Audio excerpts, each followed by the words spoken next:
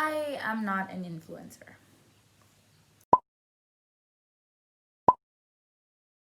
No surprise there. I mean, y'all know me. Okay. I think I should explain myself. So, when I first got saved, I was all about this doing the Lord's work and just really wanting to help people. Like most people who get saved, like that is the first impulse. You're like, oh, I really need to share the good news, and you just go crazy, right? So, yeah, that was me for a very long time. And, well, that brought on a lot of pressure because, well, see, I started to feel like I needed to produce content, like on my Instagram page, because I felt like if I wasn't actually sharing anything with people, then I was sitting idle and I wasn't helping anyone. And it was such a huge goal to help others, especially to help others to see the greatness of Christ and all that. So, yeah. Okay, by the way, I'm sorry I keep looking down. The thing is, I have notes right on my phone that I'm referring to so that I do not waste time. Yes, I really did want to help people like get to know God and more. But then the thing is, it was also coming from, I hate to say it, I really hate to admit it, but like this was seeking glory for myself. Because, if you're in that type of a position, people look up to you and they have a certain respect for you. And naturally, when people are complimenting you and they're telling you you're doing a great job, most of the time there is this temptation, this desire to keep that praise coming. And I guess, yeah, I did fall victim to it because then I really, really, really wanted to be seen as one of those people that people can be like, oh, that girl, yeah, she's like so big on her faith. She's so cool. Should really check her out and all that. And yeah, now that I think about it, it's a little bit embarrassing. Because I've only been saved for a couple of months. So I don't have that much experience or knowledge or anything really to offer to people and be deemed an influencer. I should actually note that when I'm saying I wanted to be an influencer, I didn't outright want the title influencer. I just wanted to have that kind of social standing that when people talk about a certain thing, right, they're gonna be like, I'm gonna be a reference, like, oh yeah, like Ningi, you can totally check her out, blah blah blah. I never really deemed myself an influencer from the start, but I really wanted to have that kind of standing. So anyway, that desire to be of some importance in society, I guess, what am I saying, anyway, that desire led to pressure, because I started to feel pressured to be perfect. I really wanted people to be like, oh yeah, she's the ideal Christian. Like, I never really gave off this impression that Christianity is perfect. No, but I really wanted people to see the appeal, right? I really wanted people to see what was so great about it. And as a result, I started to feel pressure to always like say certain things, behave a certain way. And as Christians, we're called to be set apart. So it started to get really scary to do certain things. Like, for quite a while, I didn't listen to any secular music, especially when I got saved. And it's safe to say that was actually beneficial for me. It really helped me because had I not stopped, I wouldn't have really understood why I shouldn't be listening to it. By the way, I'm not telling you, hey, don't go listening to secular music. Of course, don't listen to certain things. Obviously, as a Christian, we have boundaries and so. But I'm also not telling you to go and listen to secular music, because then again, okay, you know what? This is a video for another day.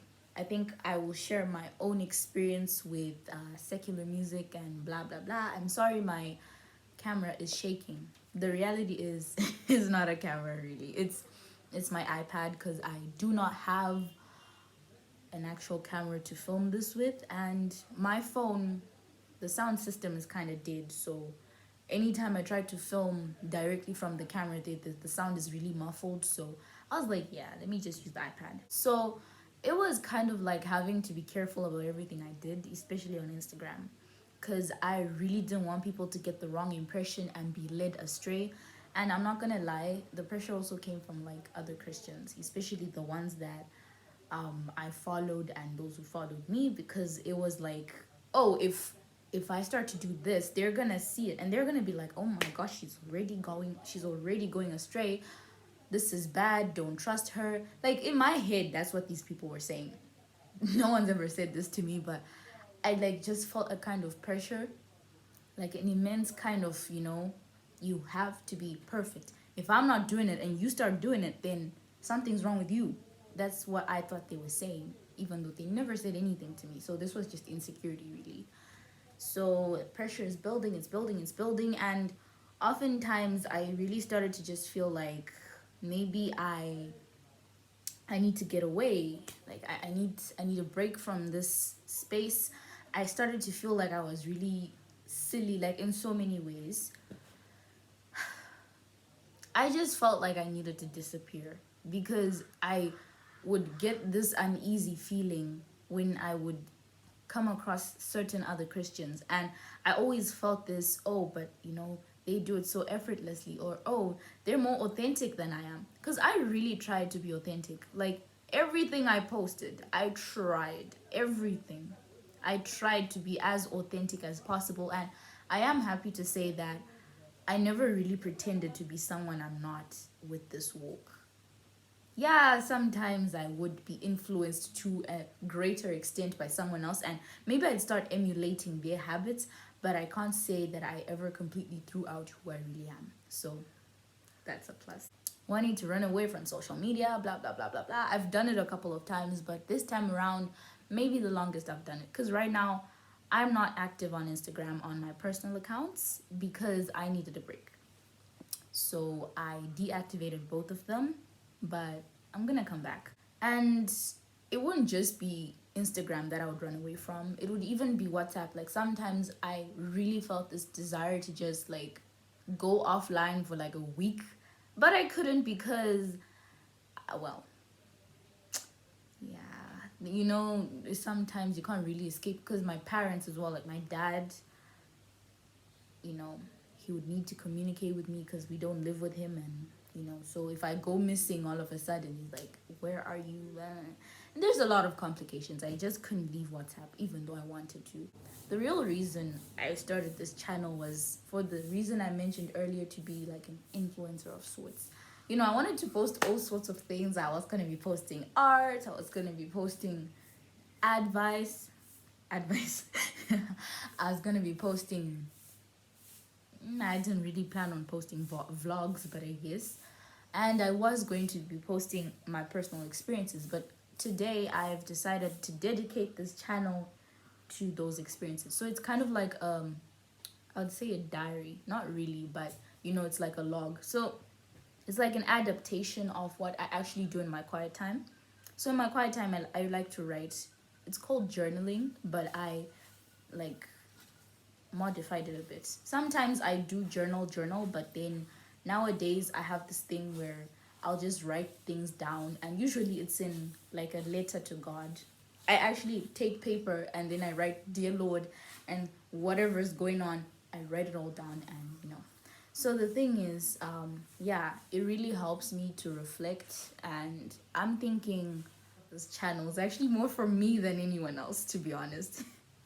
It's just public so that if anyone finds that they can relate, it'll help. Because for me, this channel is actually greatly the reason I'm going through with this is because I found another channel that had like an element of this. She was, what, her channel, right? She just shared her experiences. She didn't come on saying, yo, I'm an influencer, or yo, I do this, I do that, you should do this, you should. No, she's been sharing her experiences, and she's been really vulnerable and transparent about it. And something about that just really drew me to her channel. I found that I always love it when people are authentic. I encourage it all the time because it's something that I really want to be, and it's safe to say that I am.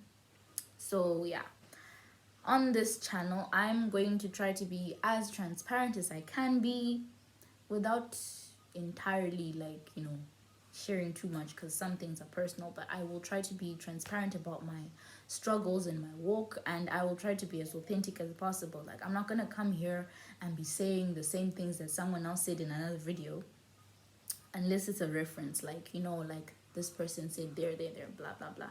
I guess my whole point is, this is, like my channel art says, a glimpse into my walk of faith, or something like that. You get the idea. Anyway, I guess I should end this here. I have no idea how long this video is gonna be because I've been recording it in snippets. So I'm gonna edit and then I'm gonna post it, and y'all are gonna see. At the moment I have 2 subscribers, just 2, which makes sense because this channel was actually a secret until whatever day I'm posting this. It was a secret, but I started it in September and I didn't know what to post until today.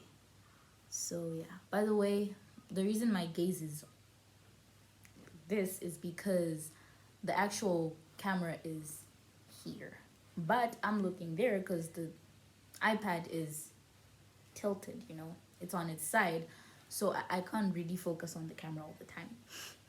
I'm having to look there so I can see myself. Okay, enough rambling. Thank you for watching. I don't know when I'm gonna post next. I will not say that I have a regular posting schedule. I'll just post whenever I feel like it. But hey, I hope you stick around. Please subscribe, share the channel or the video, whatever works for you. This isn't really for my publicity or whatever. It's like I said, it's more for me than for anyone else. But if you feel like anything I'm posting here will help someone, don't hesitate to share.